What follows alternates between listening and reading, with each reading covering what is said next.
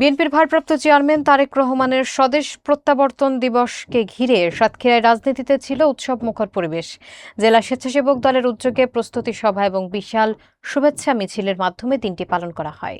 সভা শেষে মিছিলটি শহরের গুরুত্বপূর্ণ সড়ক প্রদক্ষিণ করে এতে জেলা এবং উপজেলার বিভিন্ন পর্যায়ের নেতাকর্মীরা অংশ নেন। মোকাররম বিল্লাহ ইমনের প্রতিবেদনে থাকছে বিস্তারিত।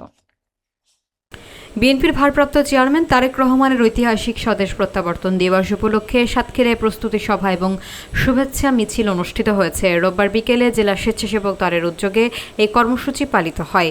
বিকেল ৫টায় সাতক্ষীরা শহরের সঙ্গীতা মোড়ে অনুষ্ঠিত প্রস্তুতি সভায় জেলা ও উপজেলা পর্যায়ের নেতাকর্মীরা অংশ নেন। সভা শেষে একটি বিশাল শুভেচ্ছা মিছিল বের করা হয়, যা শহরের প্রধান সড়ক প্রদক্ষিণ করে নিউ মার্কেট এলাকায় গিয়ে শেষ হয়। জেলা স্বেচ্ছাসেবক দলের আহ্বায়ক অ্যাডভোকেট কামরুজ্জামান ভুট্টোর সভাপতিত্বে এবং সদস্য সচিব শরীফুজ্জামান সজীবের সঞ্চালনায় অনুষ্ঠিত সভায় প্রধান অতিথি হিসেবে উপস্থিত ছিলেন সাতক্ষীরা ২ আসনের ত্রয়োদশ জাতীয় সংসদ নির্বাচনে বিএনপি মনোনীত প্রার্থী আলহাজ আব্দুর রউফ। বিশেষ অতিথি হিসেবে উপস্থিত ছিলেন সাতক্ষীরা জেলা বিএনপির সাবেক সাধারণ সম্পাদক শেখ তারিকুল হাসান। এছাড়াও জেলা স্বেচ্ছাসেবক দলের যুগ্ম আহ্বায়ক রুহুল আমিন পার, মহসিন আলম, আসাদুজ্জামান খোকা, মঞ্জুরুল মোর্শেদ মিলন, খালিদ হাসান সুমন, রাজিবুল ইসলাম এবং দপ্তর সম্পাদক সাদ্দাম হোসেন সহ জেলা ও উপজেলার বিভিন্ন পর্যায়ের নেতৃবৃন্দ উপস্থিত ছিলেন। তারা বলেন, দেশের গণতন্ত্র পুনরুদ্ধারের আন্দোলনে স্বেচ্ছাসেবক দল আগামীতেও গুরুত্বপূর্ণ ভূমিকা পালন করবে। একই সঙ্গে আগামী দিনের সকল দলীয় কর্মসূচি সফল করতে নেতাকর্মীদের ঐক্যবদ্ধভাবে রাজপথে থাকার আহ্বান জানানো হয়। আগামী রাষ্ট্রপ্রধান জনাব তারেক রহমান ঐতিহাসিক প্রত্যাবর্তন করবেন।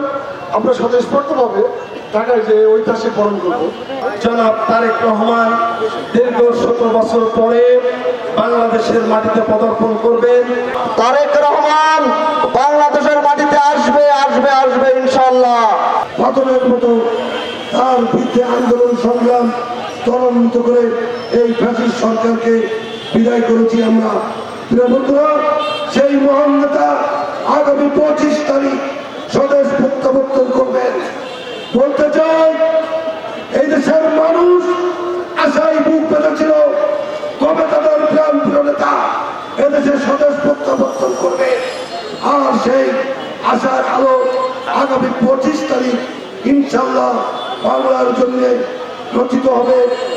আজ ১৭টি বছর বিদেশ কাটাইছে, কিন্তু উনি ২৫ তারিখ ইনশাল্লাহ আমাদের বাংলাদেশে ওনার জন্মভূমিতে ফিরে আসবেন। আমরা ঢাকায় যাব, সারা বাংলাদেশের লোক ওনারা দেখা করার জন্যই, কিন্তু আমরা মনে হয় আমরা ওনার বয়স পর্যন্ত পৌঁছতে পারবো বলে মনে হয় না, কারণ বাংলাদেশের লোক মানুষ বিএনপিকে কত ভালোবাসা হয়নি বোঝা যাবে যে তারেক রহমান সাহেবের বাংলাদেশের কত ভালোবাসে নাকি সবই তো নাকি।